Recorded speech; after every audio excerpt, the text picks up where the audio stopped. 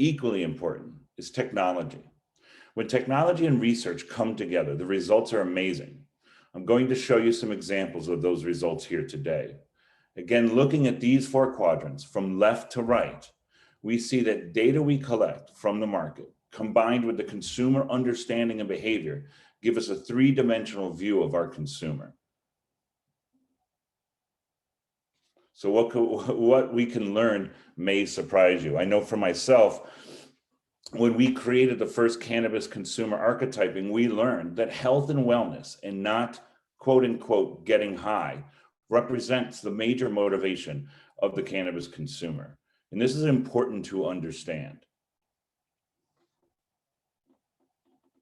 Now, if it were that simple of just understanding the motivation, everybody would do it and everybody would be successful.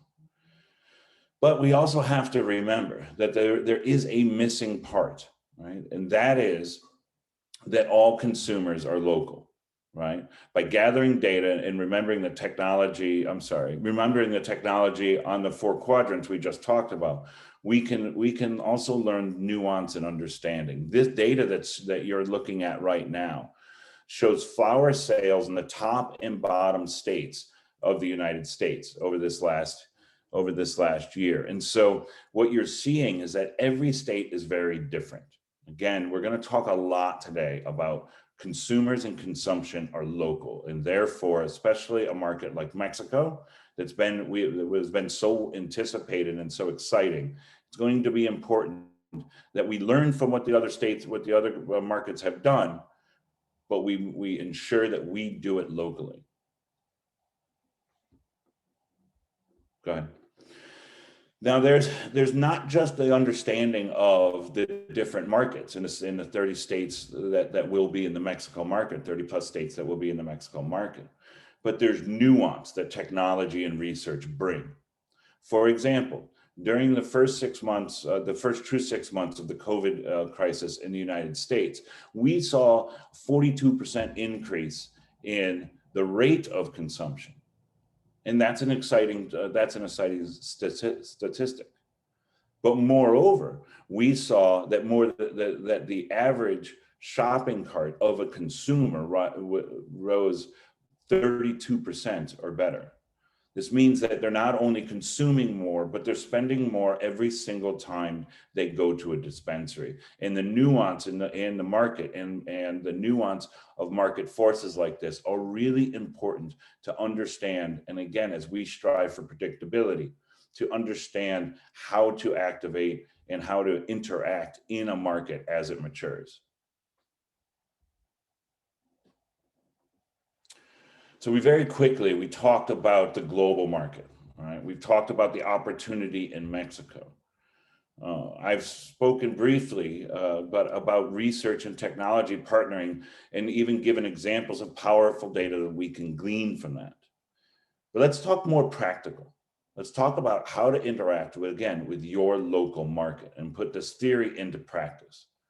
Our consumer technology department, NextTech, we talk about 3 practical applications of what we do: discover, engage, and compete. So go ahead. So discover, what does that mean? We need to discover who are local, and I will continue to emphasize local. We will discover, we will help you discover, we did discover in our local consumption and our consumers, when we interviewed about 5,000 consumers, and we defined the first consumer archetypes in the cannabis industry. The continuation of the methodology that we use to do that, and as you see on the screen, has led to more than 18,000 consumer interviews over the last couple of years. The research team gets their mind on doing something, they do it all the way. These 9 archetypes inform more than 60 consumer profiles and have led to incredible performance for our clients. When you add technology, we begin to see how to engage. So we're discovering who the consumer is, and now we're going to talk about how to engage that consumer.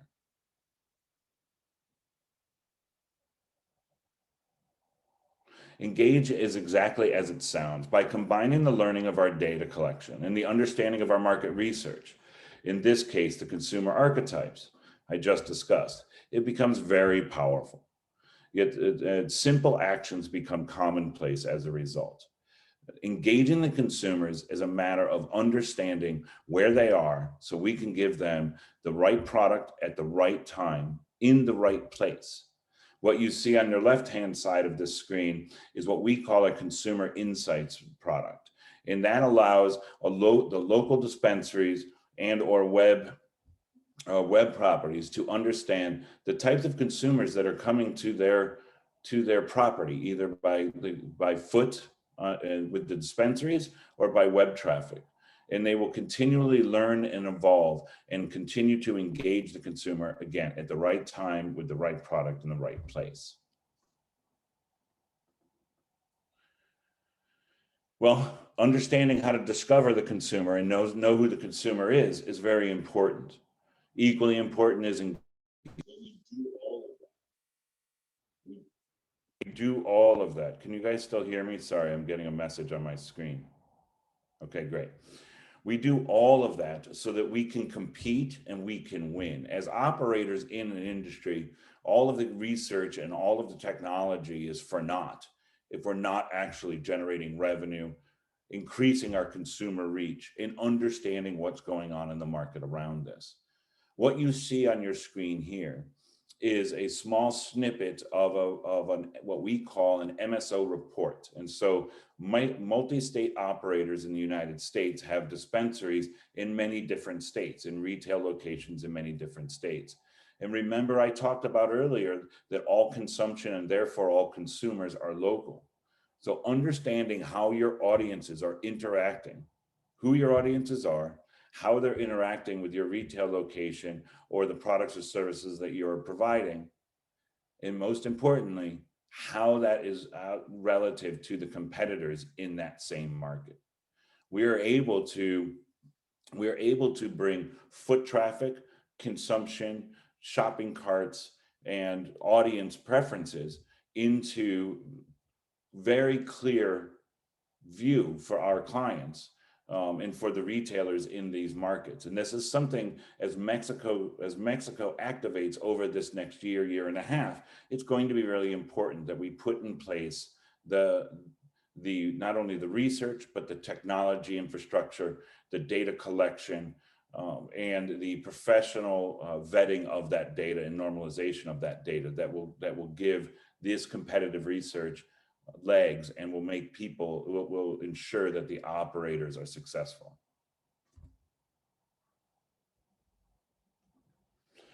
Again, I talked about, I started this off with, this has been the most anticipated consumer market, and it really has been.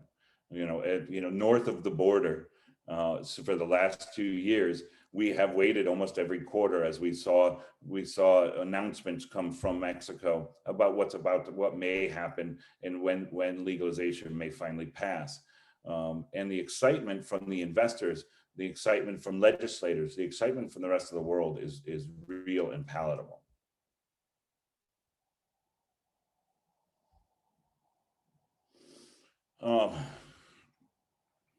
Listen, we've discussed a lot, and I actually kind of moved through this presentation faster than I thought I was going to. It might be nerves.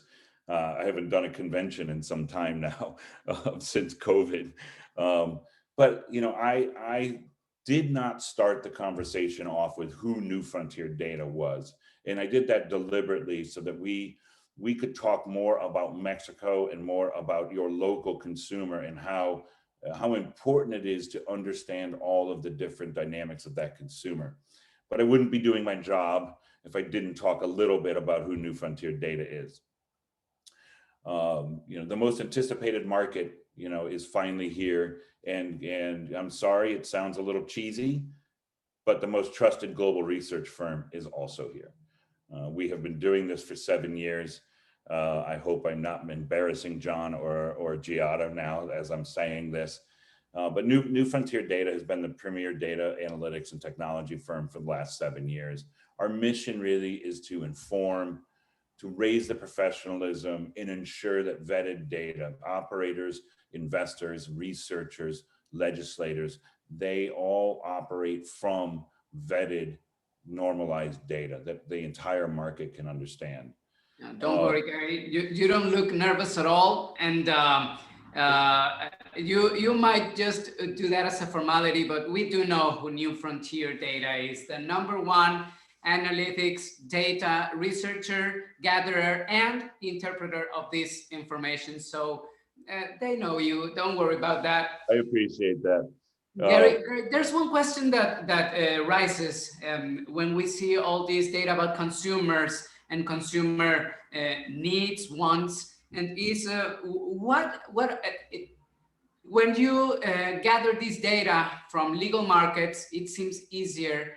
But when we talk about Mexico, this data, well, it's not fully open. John actually talked about it yesterday and said, okay, these are estimates, very good estimates, but can you tell us how does New Frontier gathers data from the Mexican consumer, the Mexican cannabis consumer?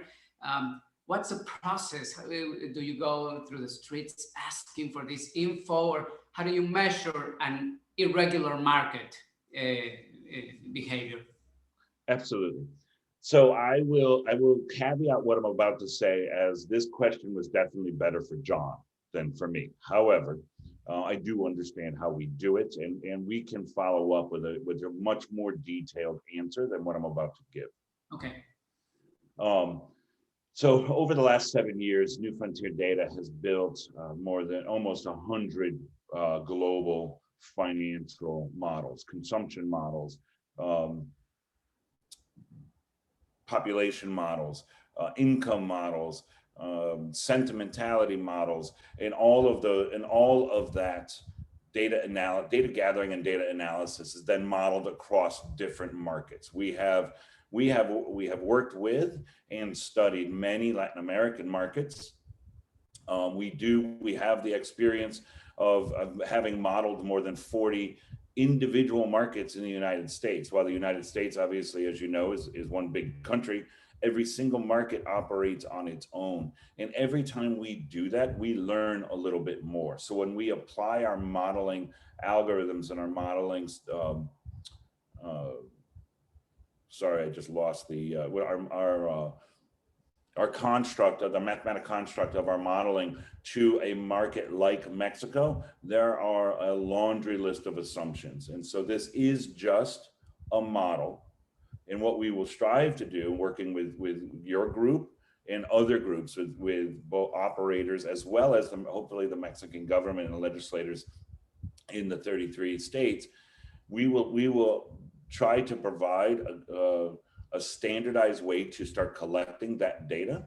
And we'll work side by side with Mexican partners in local markets over the next year and a half as your market starts to activate, and we'll be able to work side by side and start collecting more real data. Therefore, we can transform models into reality. Well, that takes me to the next question, which is really quickly, 1 second. I know that my boss is on this. And so Giada, if I mess that up, I'm very sorry. No, I don't think you did.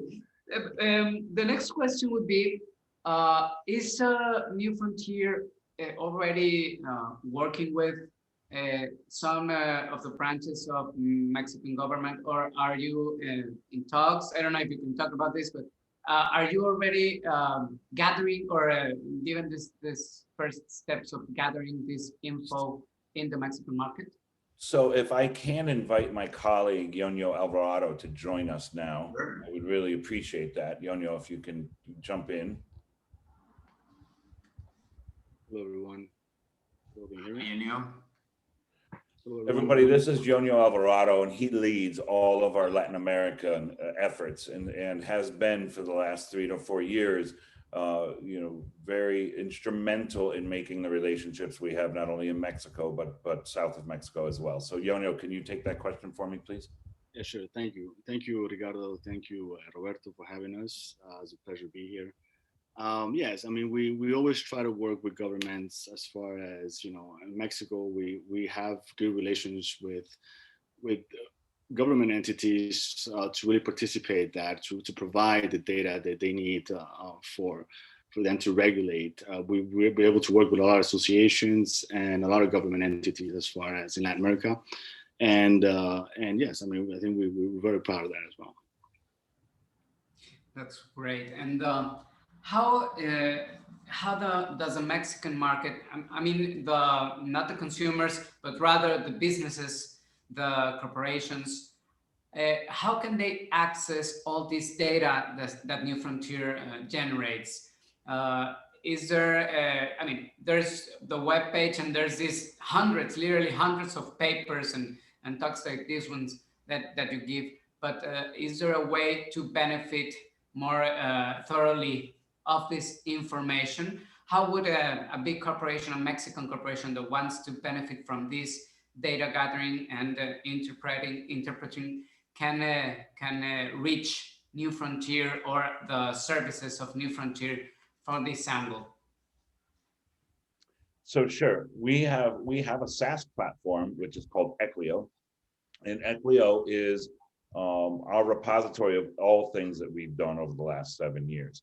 Equio currently is an English only platform. However, within the next 60 to 90 days, we will be adding the multilingual functionality for it. Equio allows researchers, legislators, large corporations, operators, investors to not only to access all of our historical information and every report that we've done, but we actually make available on that platform every one of our research reports, but also every public presentation we've done, every PowerPoint presentation, about 1,200 predefined business analytics charts. And in this year, in just about 3 weeks, we will be launching for the U.S. market. We will be launching a retail section that allows information on every dispensary inside the United States markets in every state. Everything from their foot traffic and visit traffic to the types of products they sell. And so we have like I said, we have a SaaS platform called Equio, and that can be accessed via our website, newfrontierdata.com or equio.com. And there's a free trial. Sorry, you asked the question, so I'm going to put the sales pitch in there. Sure. Go ahead. There's a free trial. And Yonyo actually has been leading our efforts over the last quarter to get us ready for the Mexican market specifically, but the Latin American market as well. That's great. And okay, let me return to Mexican consumer. What insights with the analysis that you've already done, what can you tell us about us Mexicans as cannabis consumers? I mean, what does your numbers tell you? What do we want specifically about cannabis? What are our fears? And maybe what will be, I don't know, the biggest or one of the biggest obstacles that you can assess, that you can anticipate of the retail market in Mexico? Yonyo, this is squarely on your shoulders, my friend. I knew you were gonna you were looking at understand that.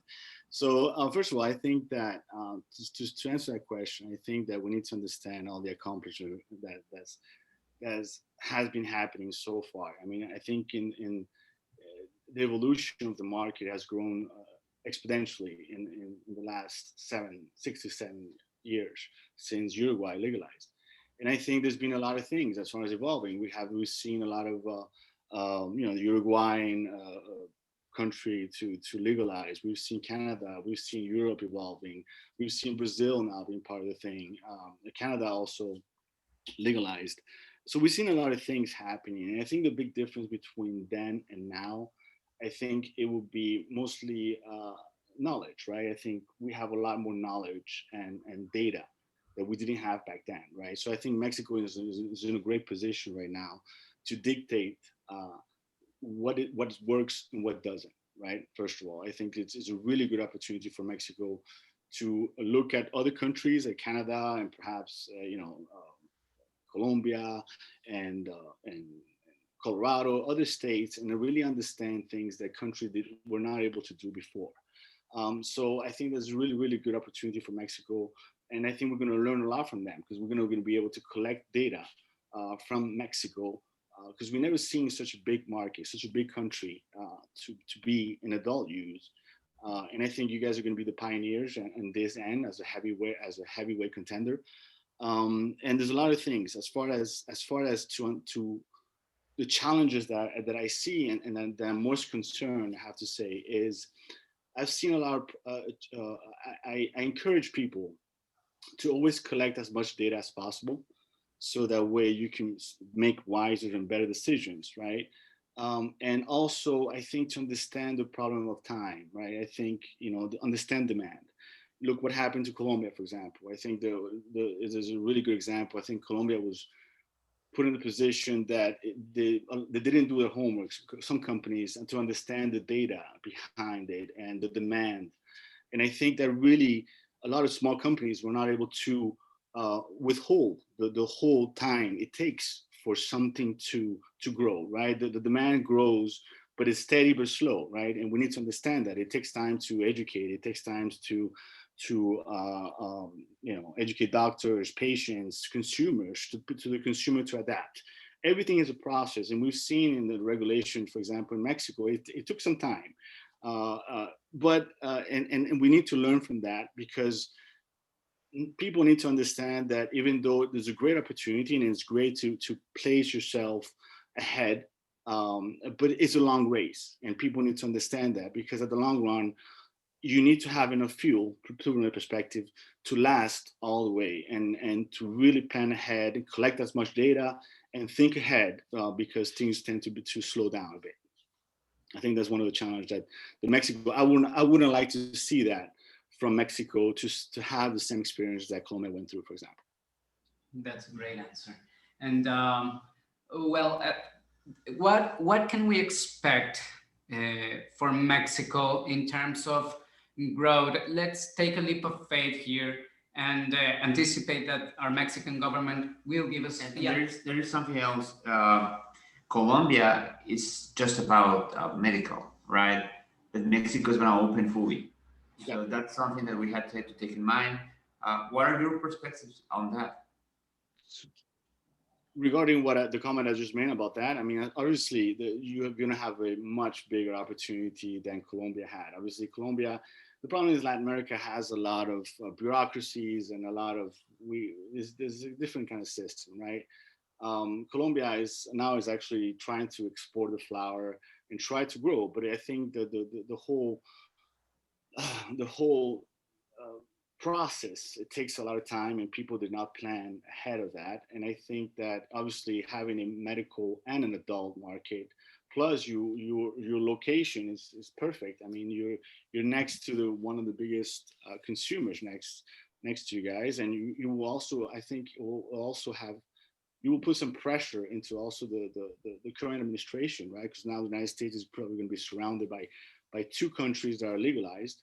So you're going to have many, many advantages that Colombia didn't have. And I think that you're moving ahead, you're moving forward at a faster pace by regulating adults. I think that you're going to be pushing other countries that, that are wondering if it was possible or not. You're going to be the example for that.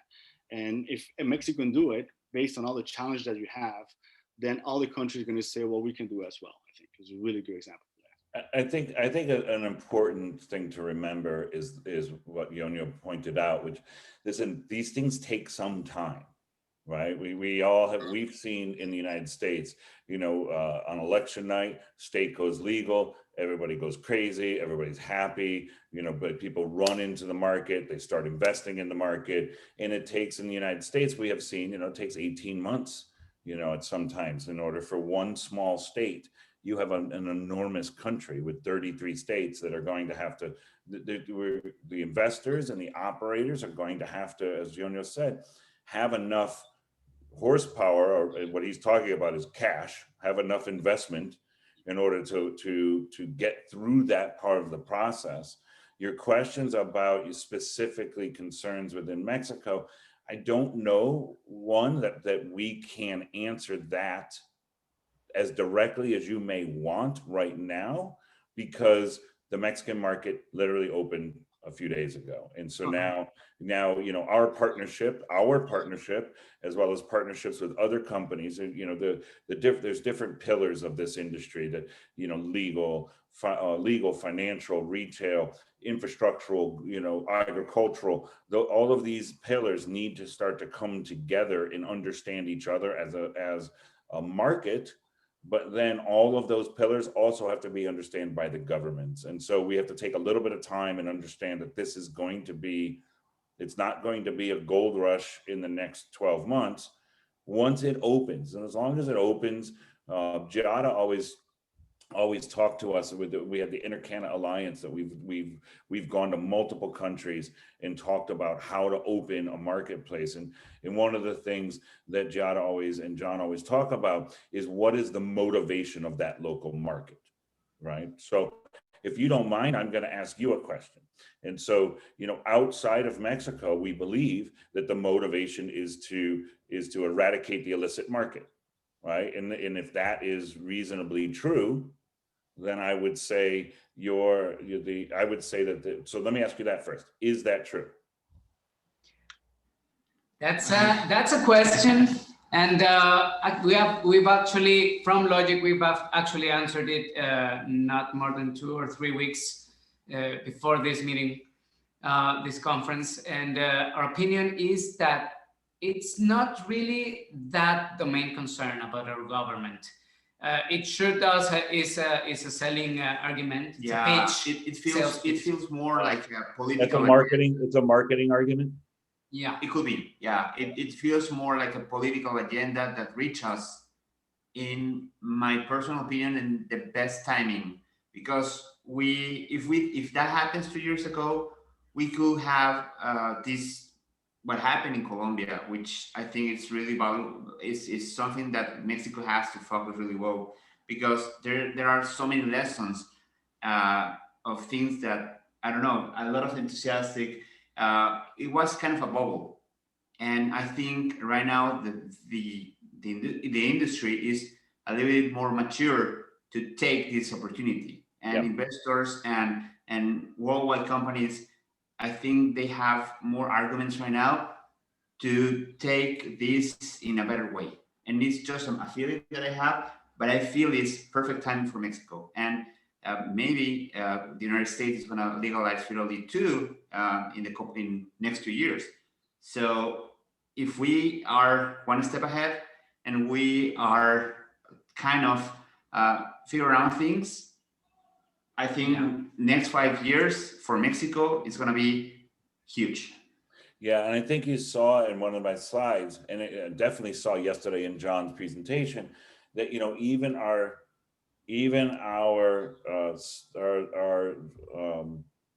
conservative estimates is that $2 billion in the first 4 years, right? And just retail. That's an amazing market.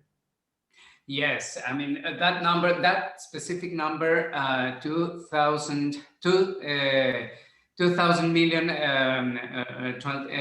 that's the figure that we've been using. And sometimes it's difficult for someone to grasp what amount of money that is. We compare it to Mexico's tourism income.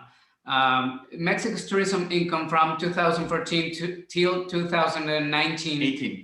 18 prior to the pandemic era has been $4,000 million, $4 billion in size. And this is just a number to take into account, because half of the whole touristic industry in Mexico is said to be bound on only one product and only on the activity of retail. Then you would have hemp, and you would have many other branches of this industry.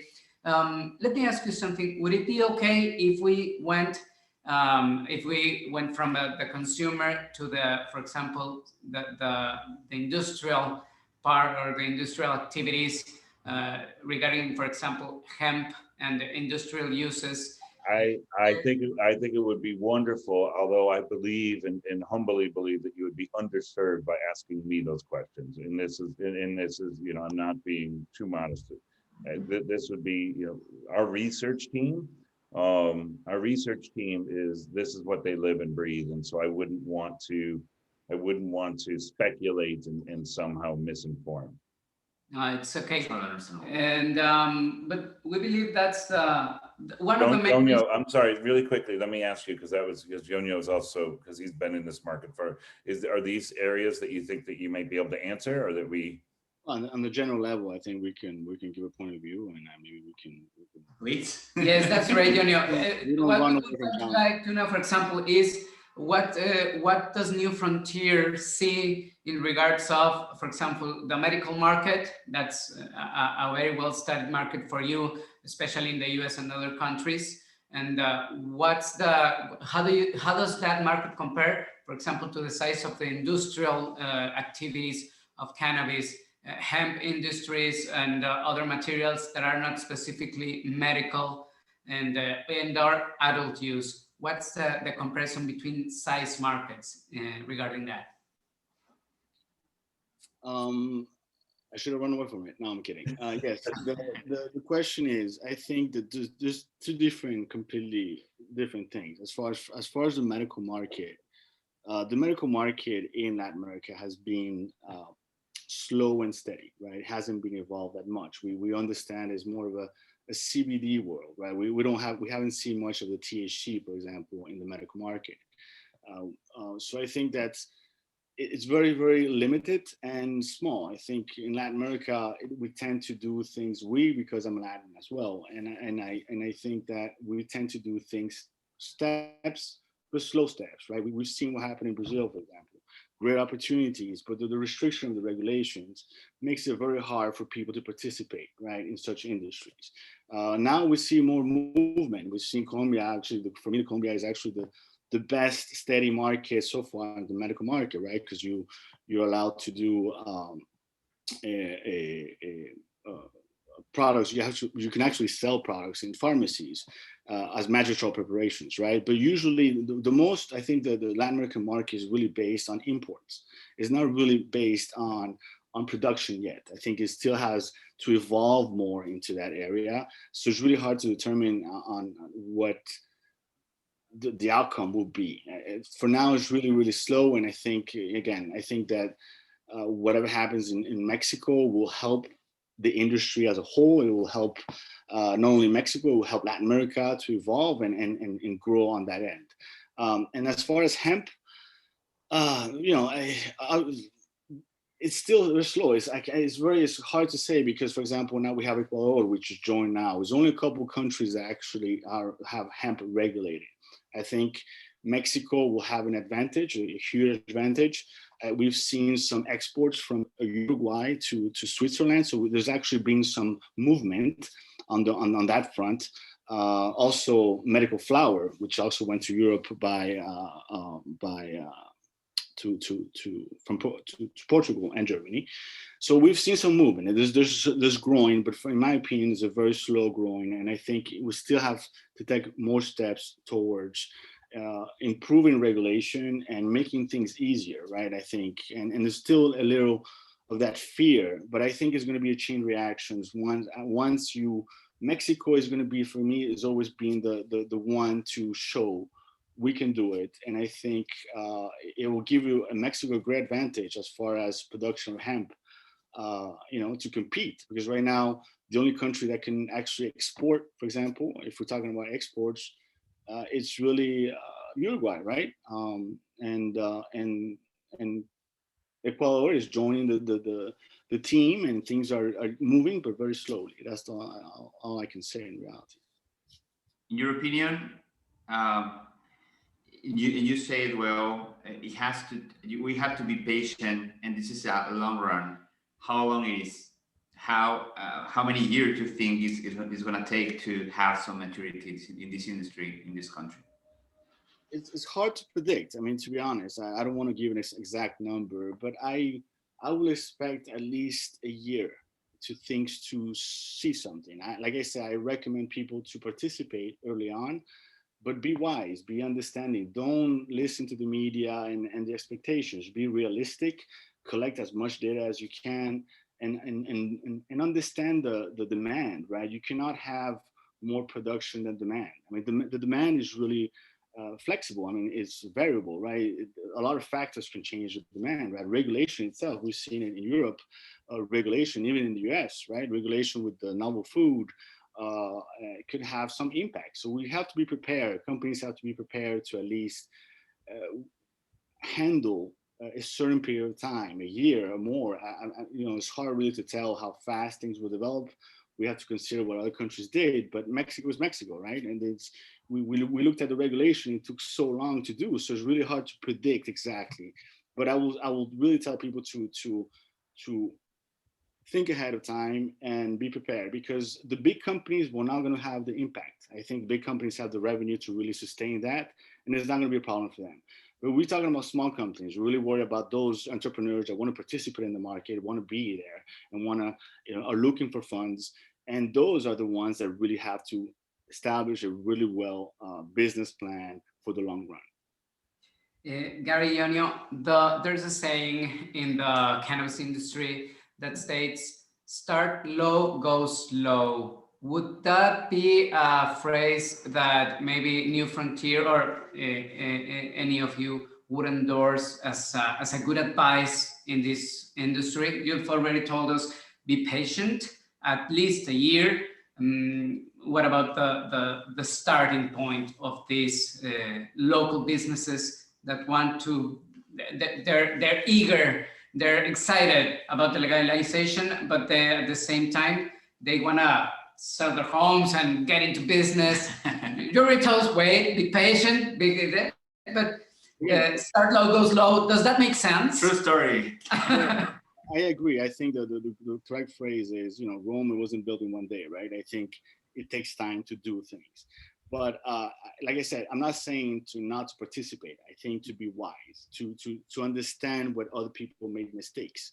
I cannot stress enough how many companies I've talked to, and they're looking for funds, and they're not able to sustain the amount of time because it's really unpredictable what the governments will do, how regulation will play out.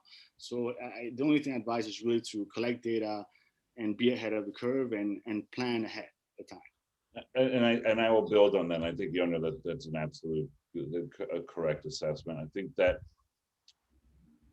the question I would ask the person that wants to sell their house and get into business would be, get into business doing what?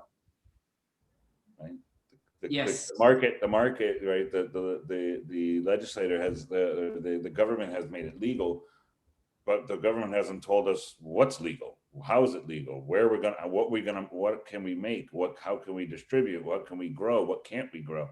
And so there's that, and that's the patience. Right? The patience is that you know, if we work in partnership with the companies that will be investing, if we work in partnership with the companies, the agricultural companies and the infrastructural companies, if we work in partnership with the government, and we kind of, you know, we bring everybody's education and experience up at the same level at the same time, the market will efficiently open itself up. But if you know, the one caution that I think we would make is that if you do, as you said, somebody tries to sell their house and get into business, doing what? And so that's kind of the best way to illustrate that.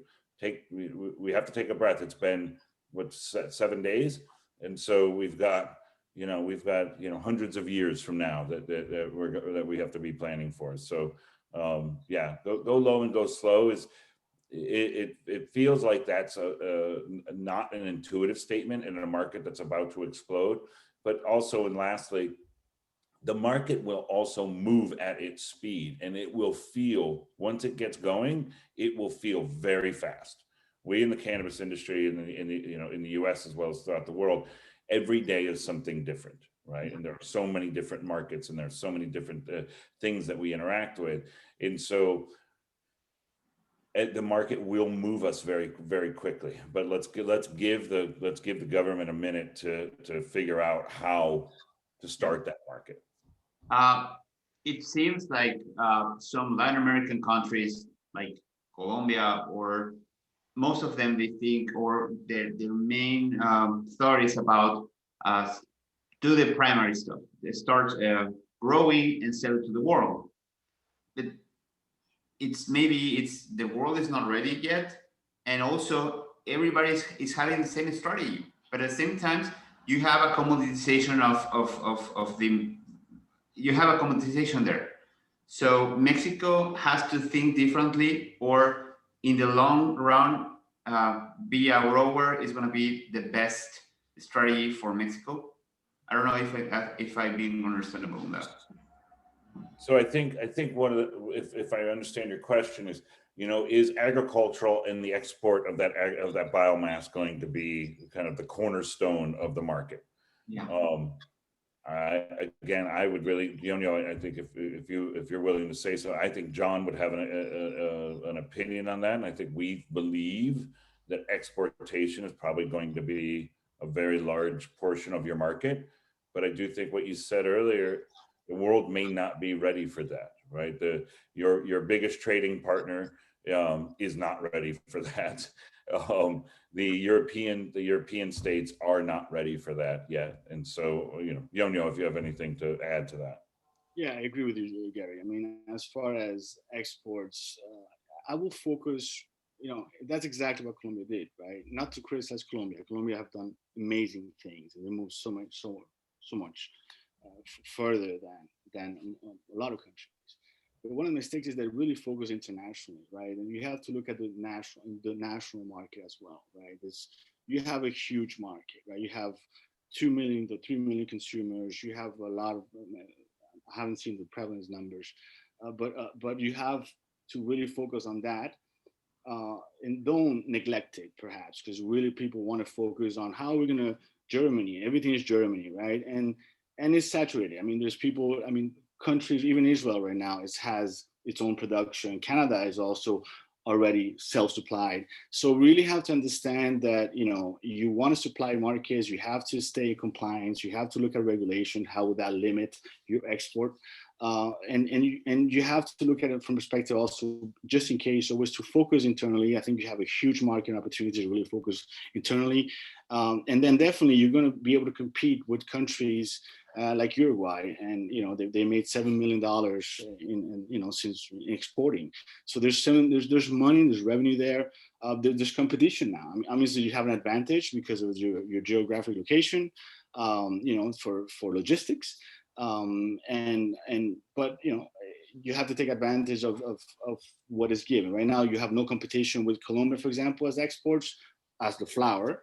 But then you can, it's part of the game. I mean, it is, I think that focus on internally will be a really smart decision to take first.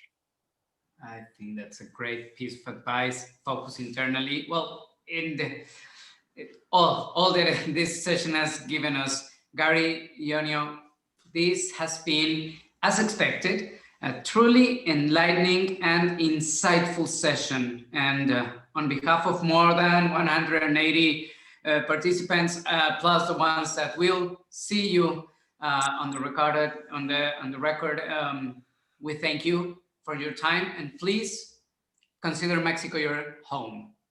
Can't wait. Thank you so much, gentlemen. Thank you to everybody. Bienvenidos a México. Muchas gracias, Ricardo y Roberto. Muchas gracias. Les felicito por el tremendo evento que están haciendo, y un saludo muy grande a la gente de México. Aquí en New Frontier Data los quiere a todos, y esperemos que podamos ayudarlos en el futuro en lo que necesiten.